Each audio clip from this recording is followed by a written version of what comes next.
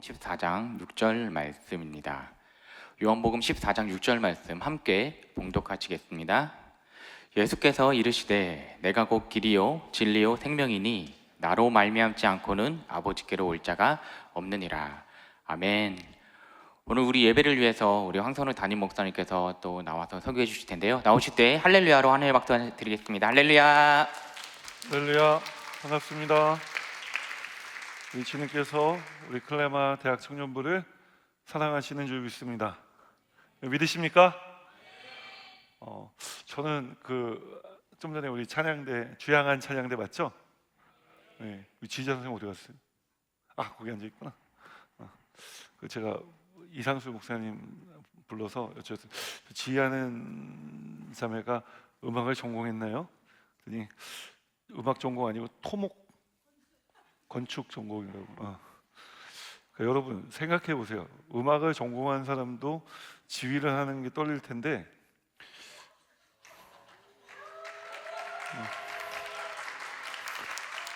심지어 전공자도 아니에요. 근데 매주 이렇게 연습하고 앞에 서서 지휘를 하고 예배를 섬기는 것이 결코 쉽지 않은 일이거든요.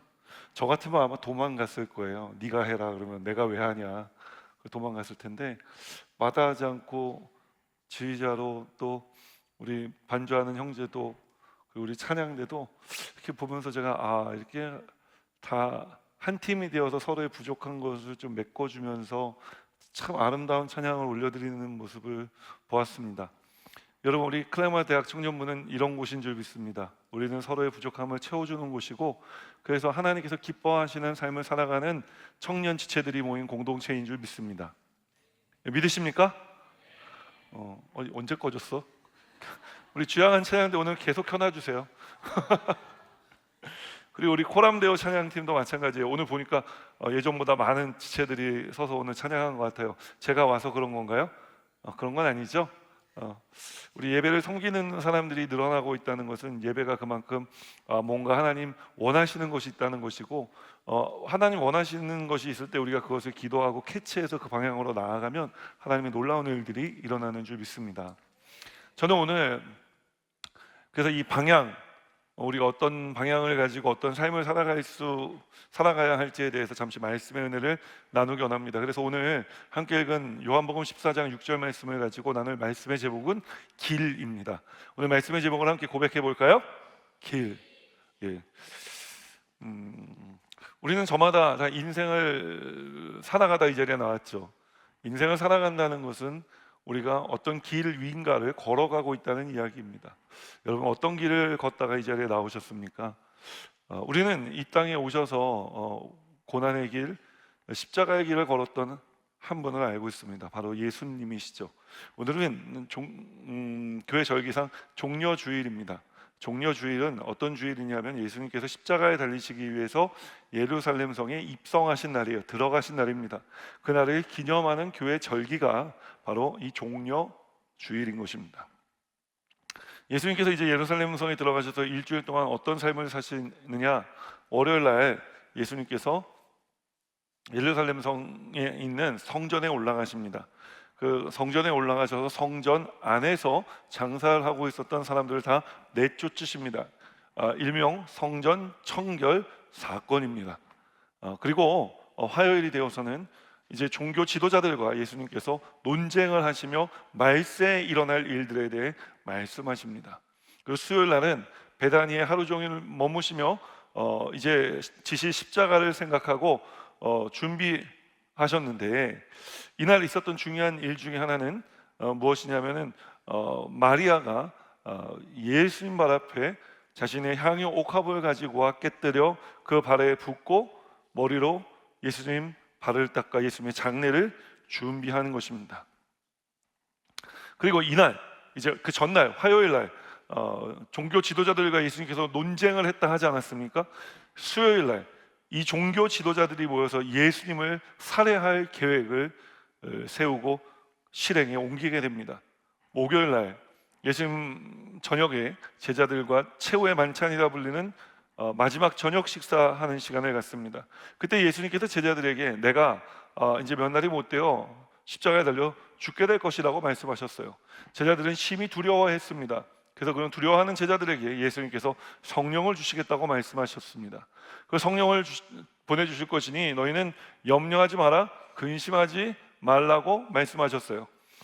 그리고 예수님께서는 식사를 마치시고 겟세마네 동산에 기도하러 올라가셨죠. 겟세마네 동산, 예수님이 땀방울이 핏방울이 되도록 기도하셨습니다.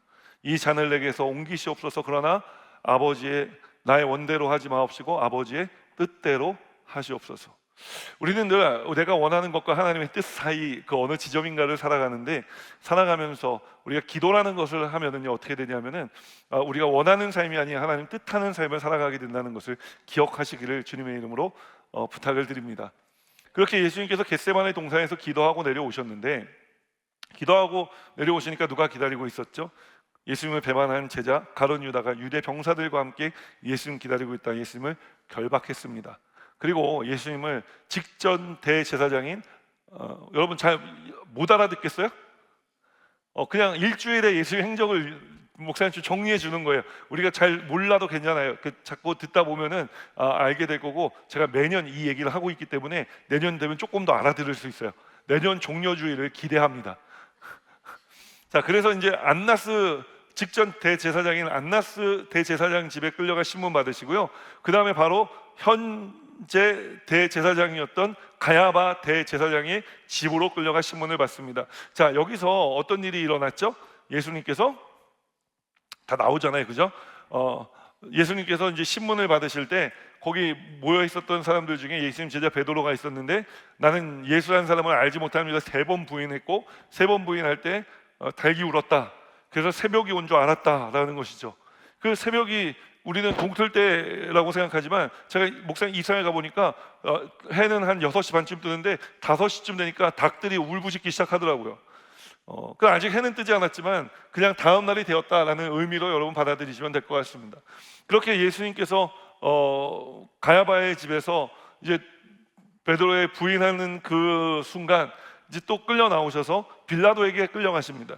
빌라도에게 끌려가셨는데, 빌라도가 새벽 미명에 와서 깨우니까 유대인들의 이런 정치적인 논리에 휩쓸리고 싶지 않았던 거예요. 그래서 너희들의 왕인 헤롯에게 가라. 그래서 다시 이 사람들이 예수님을 붙들고 빌라도의 뜰에서 헤롯 왕에게 갑니다. 그 헤롯에게 갔는데, 헤롯도 이거 굉장히 민감한 정치적인 문제고 사람들이 선동될 수 있는 문제 아닙니까? 그러니까 본인이 하고 싶지 않았어요. 그래서 다시 빌라도에게 떠밉니다. 그래서 빌라도가 어쩔 수 없이 이 판결을 내리게 되는데, 예수님 사형을 언도하게 되고, 그 사형을 언도한 다음에 예수님은 40에서 하나 가만매를 맞으시고 머리에 가시면류관을 쓰시고 이제 새벽 6시경 골고다 언덕을 향해 떠나십니다. 그렇게 골고다 언덕을 향해 떠나신 예수님께서는 9시가 되어서 십자가에 못 박힌 채로 매달리시게 되었고, 그 십자가에 달리신 예수님께서는 6시간 동안 십자가 위에서 고통당하시다가 고난당하시다 오후 3시경에 이제 숨을 거두십니다.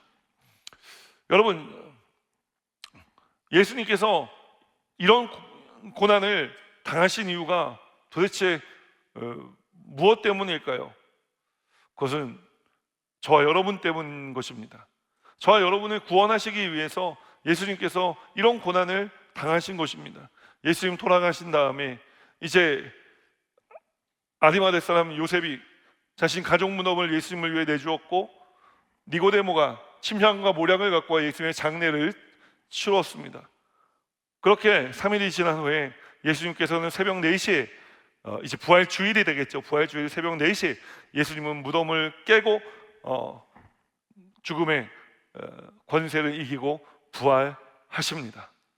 우리가 이제 다가오는 주일 부활 주일을 맞이할 텐데, 지금 목사님이 여러분에게 말씀드린 월요일부터 토요일까지 이 금요일까지 이 고난 주간이라 불리는 이 기간 동안 교회에서는 특별 새벽 기도회를 하죠. 그래서 여러분, 특별 새벽 기도회 광고를 하려고 말씀드린 건 아닙니다. 내일부터 시작되는 고난 주간 특별 새벽 기도회 우리 클레마 대학 청년 지체들도 이제 여러분 어린이가 아니고 어른들입니다. 어른으로 여러분들이 이 예배에 참석해 주시기를 주님의 이름으로 부탁을 드립니다. 참석하셔서 예수님 고난 당하신 것이 나를 위한 고난인 것을 묵상하고, 그래서 우리가 더 예수를 잘 믿고 예수님을 경험하고 깊이 예수님을 알고 조금 더 이해하는 삶을 살아가는 시간이 되기를 주님의 이름으로 축원합니다.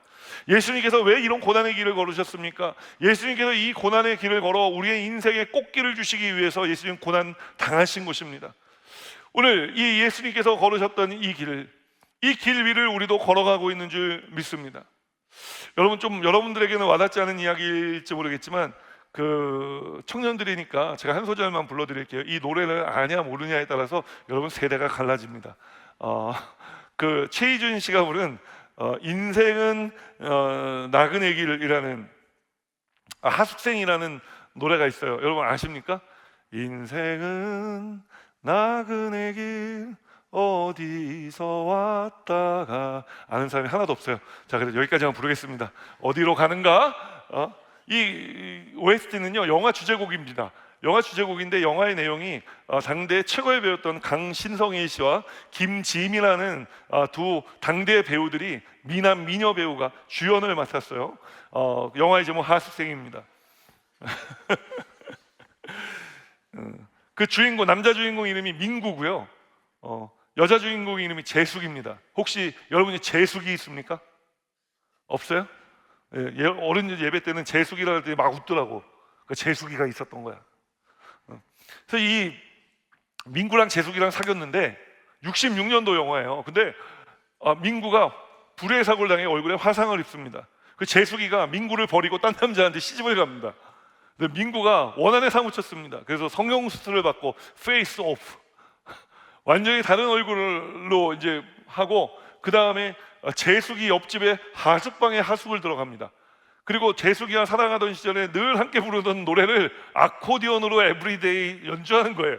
그러니까 재숙이가 살겠어요, 못 살겠어요? 재숙이가 살 수가 없는 거예요. 그래서 견디다 못해 민구에게 찾아가서 무릎을 꿇고 민구에게 사죄합니다. 내가 잘못했다. 내가 당신을 버리는 게 아니었다.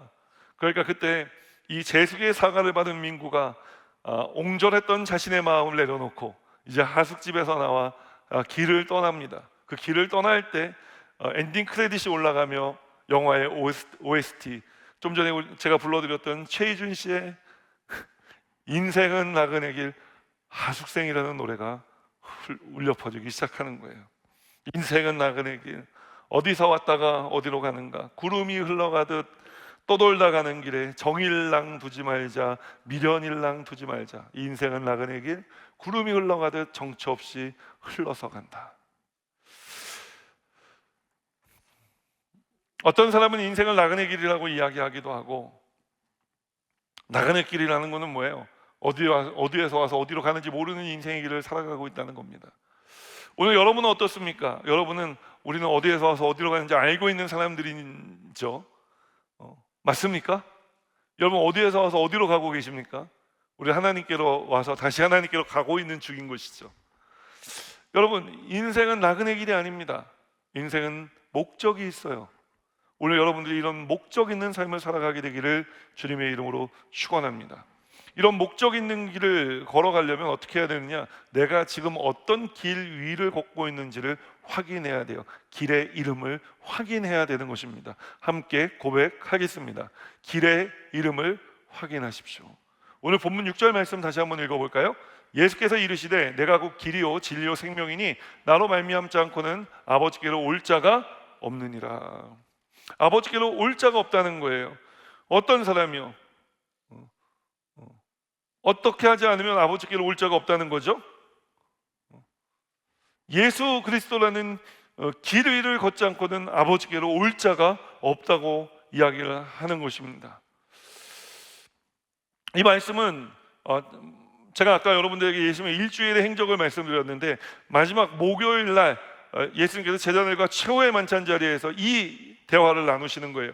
요한복음 14장의 위치는 최후의 만찬 자리입니다.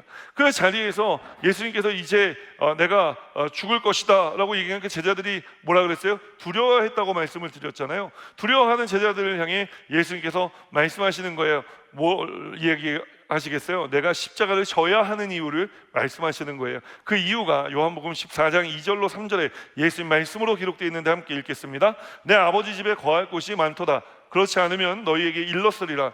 내가 너희를 위하여 거처를 예비하러 가노니 가서 너희를 위하여 거처를 예비하면 내가 다시 와서 너희를 내게로 영접하여 나 있는 곳에 너희도 있게 하리라. 예수님께서 왜 십자가를 지신다고 말씀하시죠? 천국에 너희들의 거처를 예비하러 가기 위해서 나는 십자가를 지는 거야.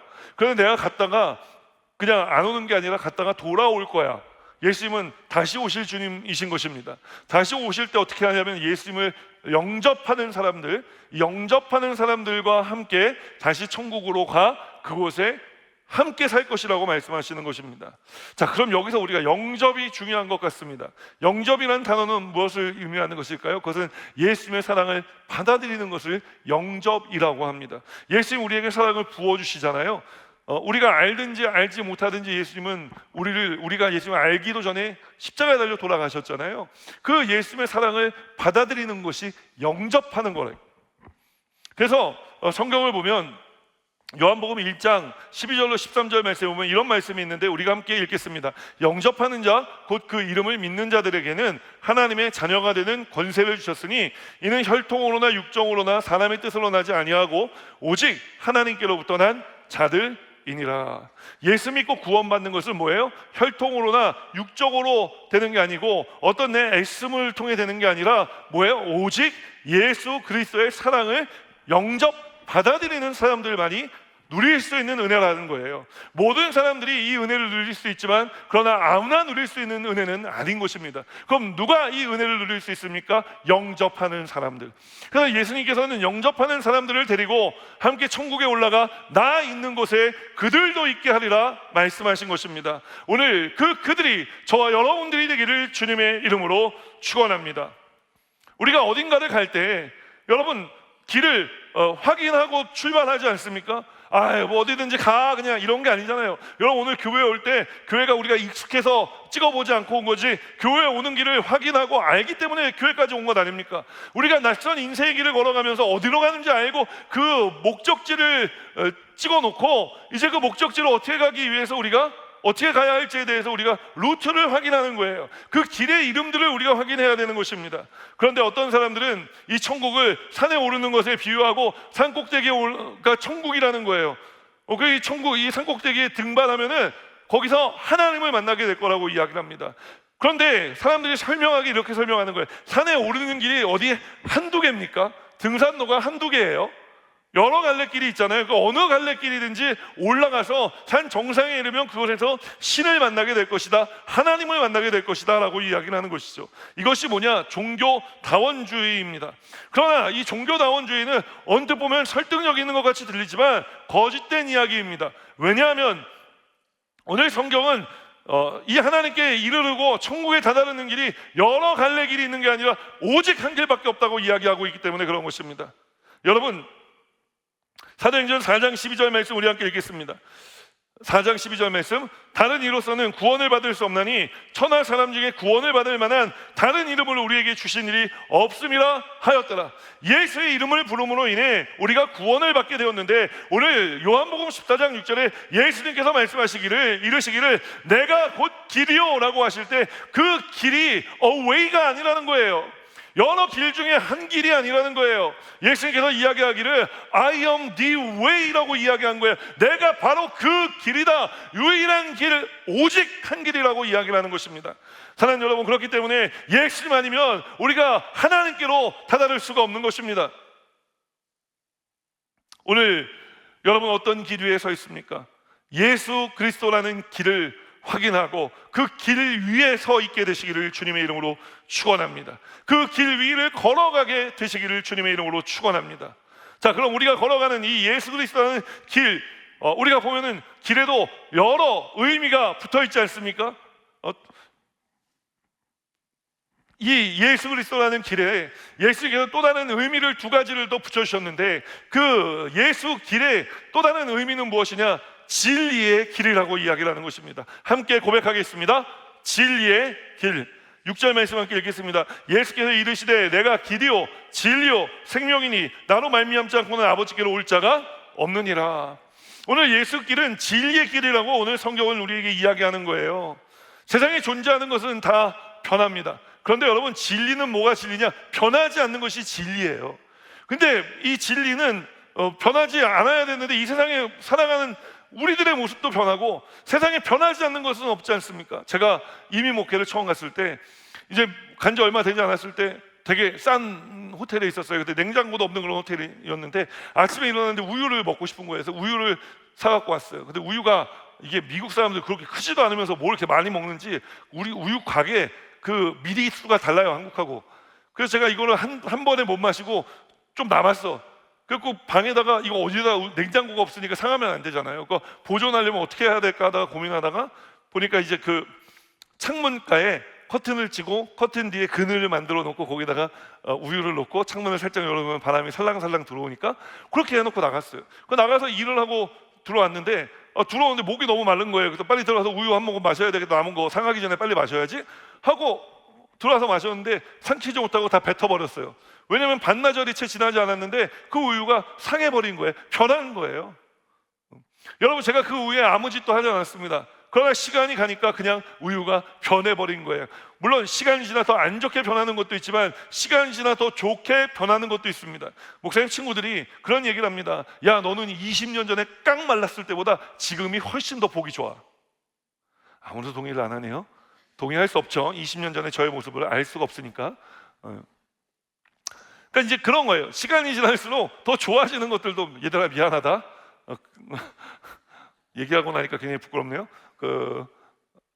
시간이 지날수록 더 좋아지는 것도 있는 거예요. 그런데 여러분, 이것도 변화잖아요. 우리의 삶은 변화를 피해갈 수가 없는 삶인 것입니다. 다 변하는데 누구를 믿습니까?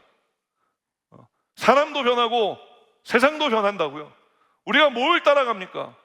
돈을 따라간대, 어떤 사람. 나는 그래서 목사님 돈을 따라갑니다. 돈은 배신하지 않아요. 화폐개혁 한번 일어나야 정신을 차리죠. 화폐개혁이 일어나는 순간 여러분 갖고 있는 돈은 다 종이조각이 되는 거예요. 아무것도 믿을 것이 없는 것입니다. 그런데 여러분, 아무것도 믿을 것이 없고 믿을 수 없는 세상에 나를 믿으라고 이야기하시는 분이 한 분 계세요. 나는 변하지 않는다고 이야기하시는 분이 계세요. 그분이 누구냐? 바로 예수 그리스도이신 것입니다. 히브리서 13장 8절 말씀 우리가 함께 읽겠습니다. 예수 그리스도는 어제나 오늘이나 영원토록 동일하십니다. 예수 그리스도는 어제나 오늘이나 영원토록 동일하신 것입니다.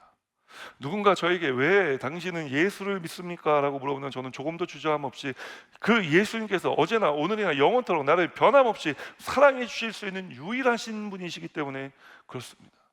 친구와의 우정이 영원합니까? 부모님이 우리 엄마가 배아라 나를 낳아주셨지만 그 엄마가 영원합니까? 아버지가 저를 사랑으로 키워주셨지만 아버지의 삶이 영원합니까? 내 형제 자매들은 어떻습니까? 지금도 눈만 뜨면 으르렁대고 싸우는데 네가 내 옷 갖다 입었냐? 네가 내 신발 신고 나갔냐? 지금 이러면서 싸우고 있는 판에 무슨 사랑을 얘기합니까? 여러분, 우리는 이 세상을 살아가면서 변화를 겪게 돼 있습니다. 저도 변하고 있죠. 제 마음도 변하고 제 외형도 변하고 여러분들도 다 변화하고 있지 않습니까? 누구를 믿고 살아가야 됩니까? 무엇을 믿고 살아가야 합니까? 변하지 않는 예수님 고리타분한, 진짜 여러분, 예수님은 그냥 그 자리에 머물러 계신 분이 아니라 고리타분할 때는요 시대에 뒤처졌다는 얘기 아닙니까? 많은 사람들이 교회를 얘기할 때, 그리스도인들을 얘기할 때, 예수를 얘기할 때 이렇게 이야기하지 않습니까? 그 교회 다니는 애들 고지식하고 진짜 말도 섞기 싫어 진짜 저 어떻게 했지? 우리는 또 쫄아 그런 얘기를 듣고. 난 고리타분한인가? 나는 시대에 뒤처진 무슨 조선시대의 생각을 가지고 살아가는 사람인가? 막 이런 생각할 때가 있는 거예요. 여러분, 그런데 오해하지 마십시오. 예수님은 과거에 머물러 계신 분이 아니라 예수님은 어제나 오늘이나 뭐예요? Forever, 영원토록. 이게 무슨 얼마나 무서운 말인 줄 아십니까? 예수님은 시대를 초월하시는 분이시라는 거예요. 시대에 묶여 계신 분이 아니시라는 거예요. 그렇기 때문에 그분이 하는 말씀이 2000년 전에 하신 말씀에 묶여 있는 말씀이 아니라 오늘 우리 인생의 역사하는 말씀이고 오늘 우리의 삶의 기준을 줄 수 있는 말씀인 거예요. 여러분, 세상 사람들이 뭐라고 그런다고 해서 뭐 웃기지 말라 그러세요. 저는 당당하게 이야기합니다.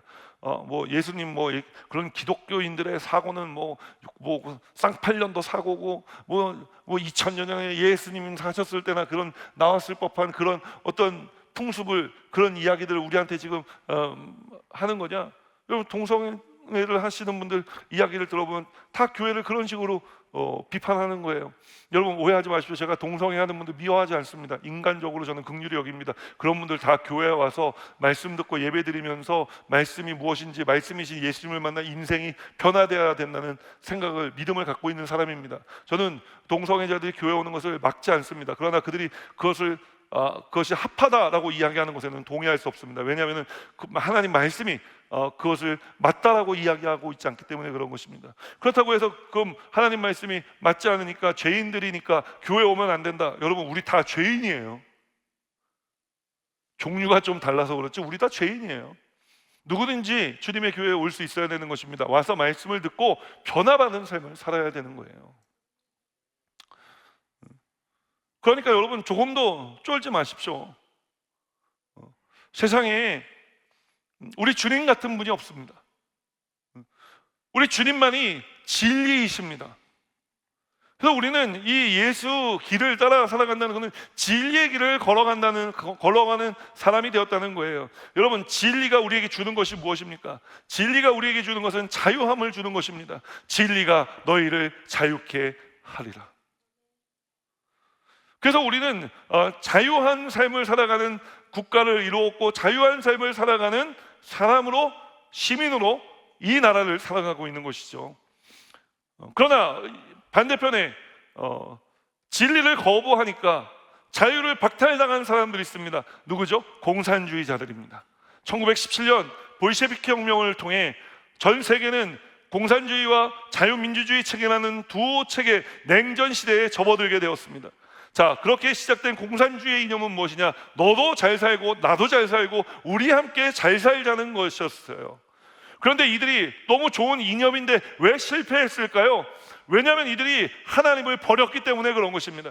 예수 그리스도 복음의 길을 에서 떠났기 때문에 그런 것입니다. 진리의 길에서 벗어났기 때문에 그런 것입니다. 이들은 유물론을 믿고 이들은 인본주의를 믿는 것입니다. 인간이 킹이라는 거예요. 인간이 왕입니다. 인간이 주인입니다. 여러분, 이런 세상에서는 진리를 발견할 수가 없고 진리가 주는 자유함을 누리며 살아갈 수가 없는 것입니다. 우리가 이 공산주의의 몰락은 지난 1917년이니까 한 100여 년 되지 않았습니까? 100여 년의 공산주의의 역사를 통해 우리는 확연하게 알 수가 있는 것입니다. 멀리 갈 것도 없이 우리 이 38선 북쪽에 있는 북한만 보더라도 우리가 알 수 있는 것 아닙니까? 그들의 공산주의는 성공했다 말할 수 있습니까?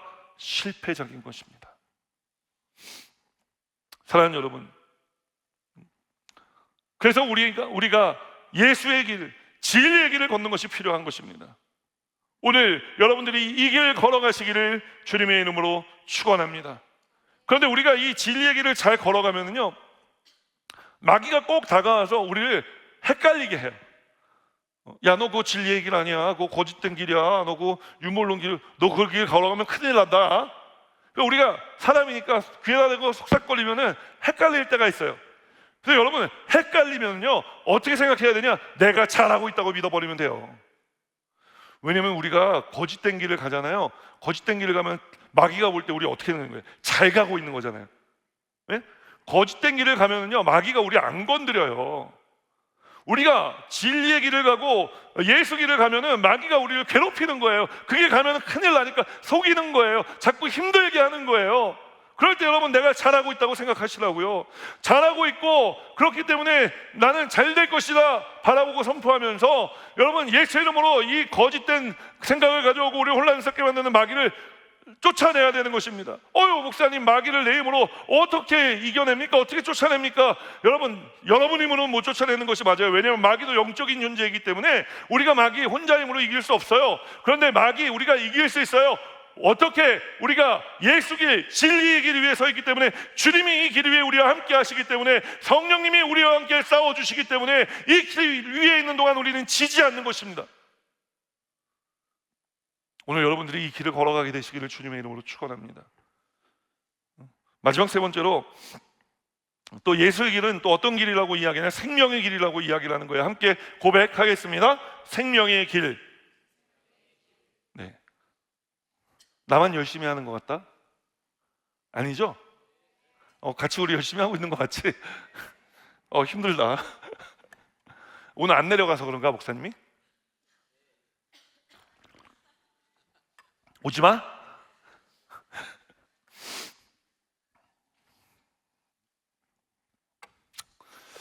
자, 한번 내려가 봅시다, 그럼.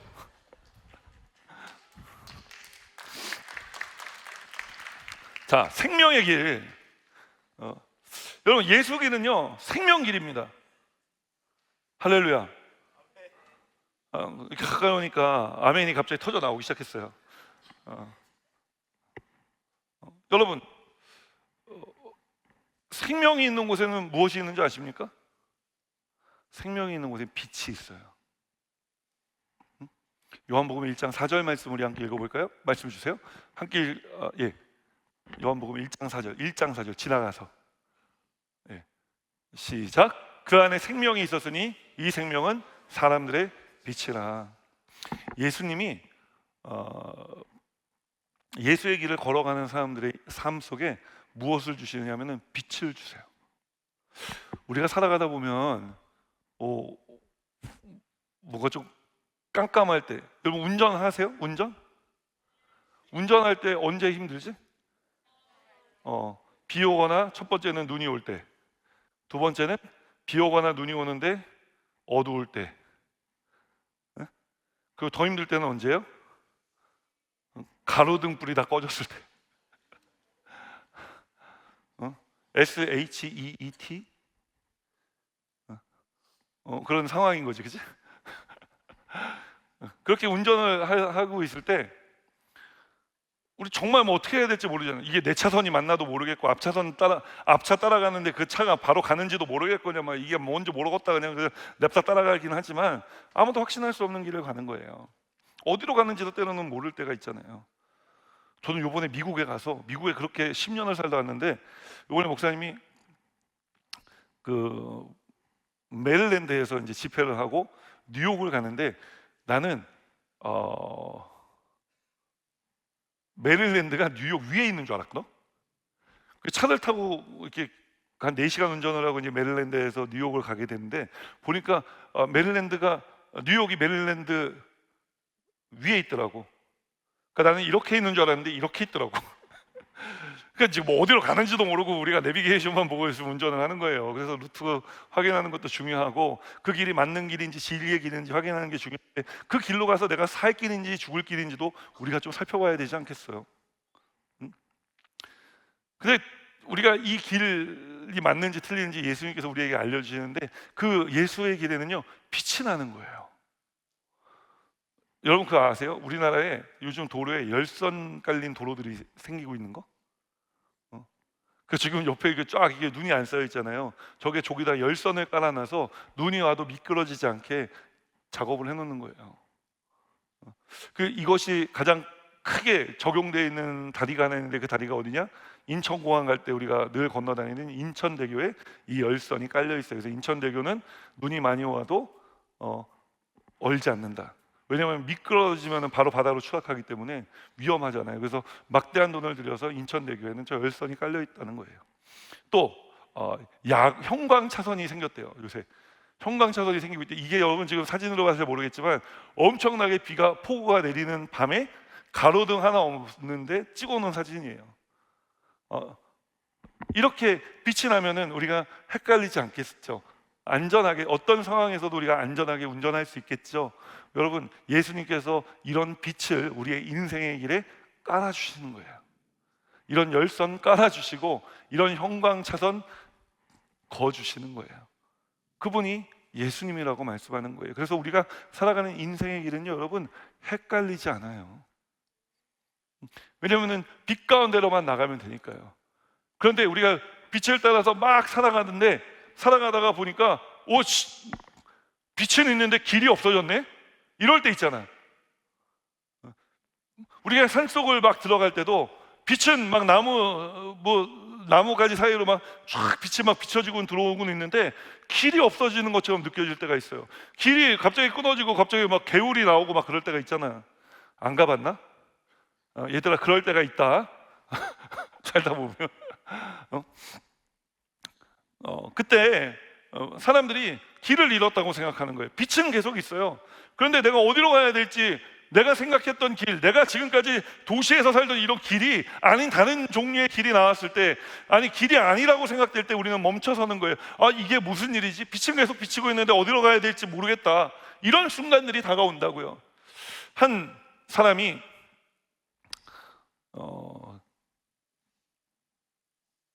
숲을 건너가야 되는데 어떻게 건너가야 될지 모르겠는 거예요. 그래서 인디언 안내자를 한 명 고용을 했어요. 그래서 인디언 안내자를 따라서 막 가는데, 처음에는 이제 도시에서 출발해 마을에서 출발하니까 이렇게 막 오솔길을 따라서 막 갔단 말이에요. 막 가다 보니까 길이 없어지는 거예요. 근데 이 사람이 그냥 막 가는 거예요. 그래서 이 뒤따라가는 사람이 고용인이 어떻게 마음이 불안하지 않겠어요? 불안해서 그 안내인 양반, 지금 길이 없어졌는데 당신 막 이렇게 가도 되는 거야? 이 길이 이렇게 가면은 되는 거예요? 만든 거예요? 이렇게 물어본 거예요. 그러니까 그 인디언 안내자가 뒤를 딱 돌아보더니 씩 웃으면서 이렇게 얘기했대요.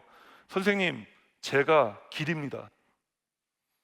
저만 믿고 저를 따라오십시오.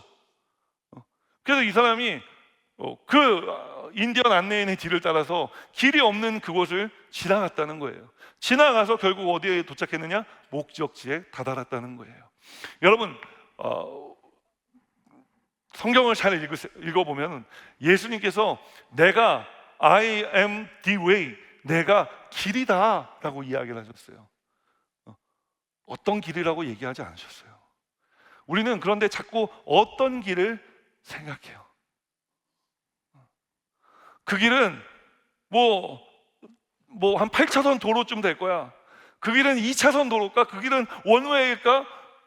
하다못해 사람이 이렇게 편안하게 걸을 수 있는 이런 길 정도는 되겠지?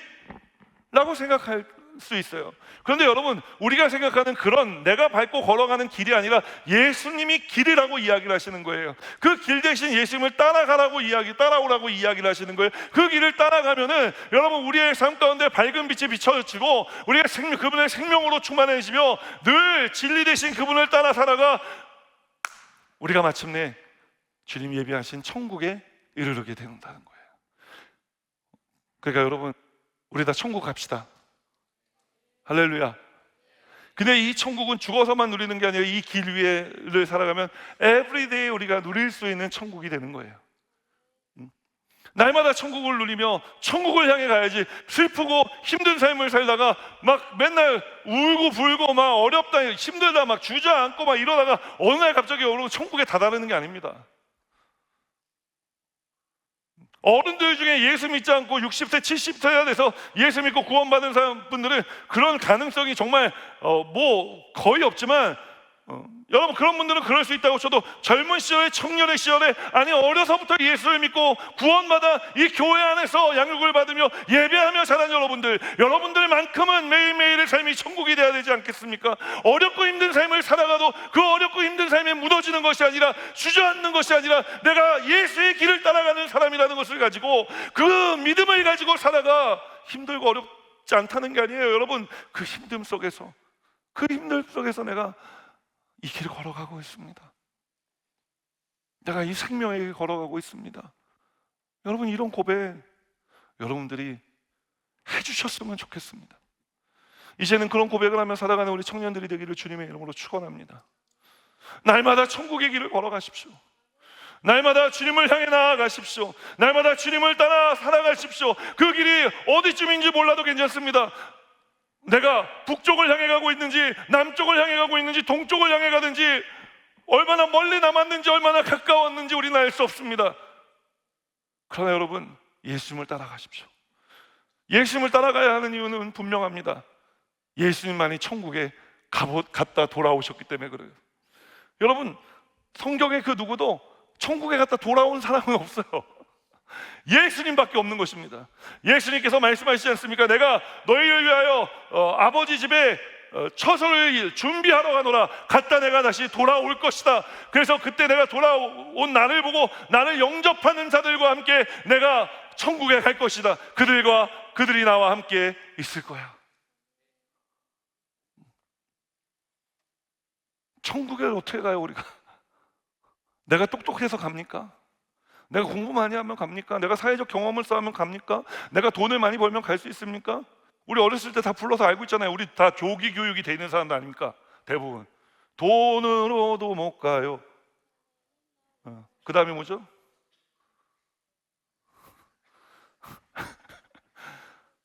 조기 교육을 잘 받았는지 헷갈리는 장면입니다. 그러나 아무튼 그거라도 기억하는 게 없습니까? 믿음으로 가는 나라 하나님 나라. 다 기억나시죠? 조금만 더 하면 기억이 날 것 같아요, 그죠? 그러나 우리가 오늘 이 찬양을 기억하는 시간은 아니니까 집에 가셔서 묵상하시며 이 찬양을 복기해서 한번 불러보고 주무시기를 부탁을 드립니다. 여러분, 예수길은, 말씀을 맺겠습니다. 예수길은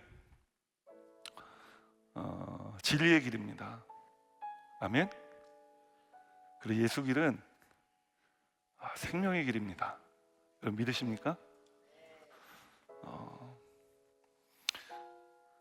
우리가 다 알아요. 다 아는데 주님이 길은 너무 환하니까 우리가 그냥 가면 되는데, 문제는 뭐예요? 우리가 실수하고 잘못할 때가 있는 거예요. 죄를 지을 때가 있는 거죠. 그래서 낙심하고 절망할 때가 있는 거예요. 그래서 이 길 위로 우리가 들어오지 못할 때가 있어요. 어중간한 그늘에 서서 그냥 걸어갈 때가 있는 거예요. 그러니까 분명히 뭔가 빛나는 길을 따라 걸어가고는 있는데 내 삶은 빛나지 않는 거예요.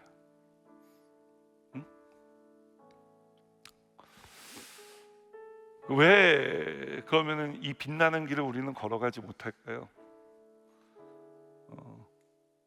그런 것들 때문에, 실수와 잘못, 그리고 죄 지은 것들, 낙심한 것들, 절망하는 것들 때문에 그런 거죠. 왜냐하면은 우리가 빛 가운데로 탁 내가 드러나면은요, 하나님의 빛은 투명하거든요. 그래서 나를 뚫고 지나가면 다 보이는 거예요. 엑스레이 찍을 때 다 보이는 것처럼, MRI 찍을 때 다 보이는 거예요. 내 속이 다. 근데 이것을 우리는 사람들이 이것을 볼까봐 너무 두려운 거죠. 사람들이 이걸 보면은 나를 인정해 주겠어? 나를 계속 사랑해 주겠어? 여러분, 하나님의 빛은요, 하나님이 보시는 빛이지 그것을 비춰 사람들에게 드러내는 빛이 아니에요. 하나님이 보시는 빛이에요.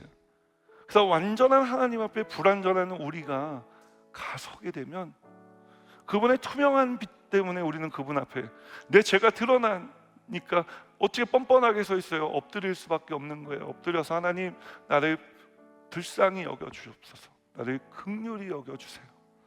하나님의 은혜 아니면 나는 살아갈 수가 없습니다. 고백하게 되는 것입니다. 그 하나님께서 그런 우리의 기도를 들으시고 회개하며 주께 돌아오기를 원하는 우리의 마음을 보시고 하나님 우리를 회복시켜 주시는 거예요. 그러니 여러분, 하나님의 빛은 징계하는 빛이 아니라 우리를 회복시키는 빛이요, 우리의 믿음을 더 단단하게 만들어 주시는 빛인 줄 믿으시기를 주님의 이름으로 부탁을 드립니다. 우리 함께 이 찬양을 고백하면서 기도의 자리로 나아갑시다.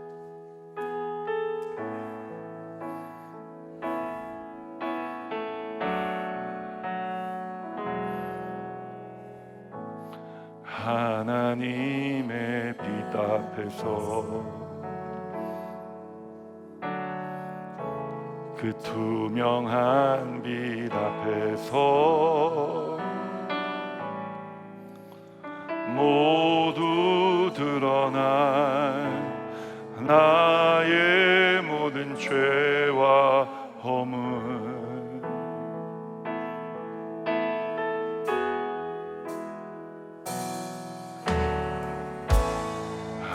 하나님의 빛 속에서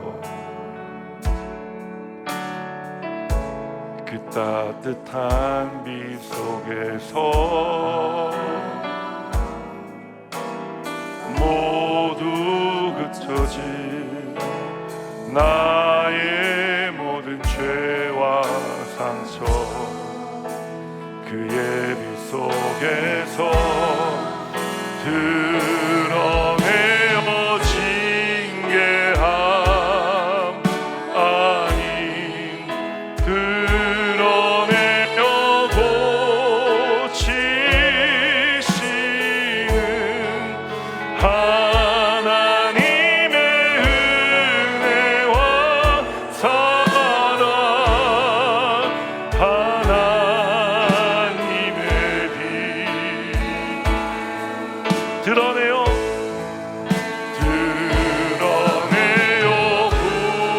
부끄럽게 하지 않고 더욱 단단히 만든 은혜와 사랑 전하게 할 하나님 그 빛 드러내어 징계함 아닌 드러내어 징계함 아닌 드러내어 고치시는 하나님의 은혜와 사랑 하나님의 빛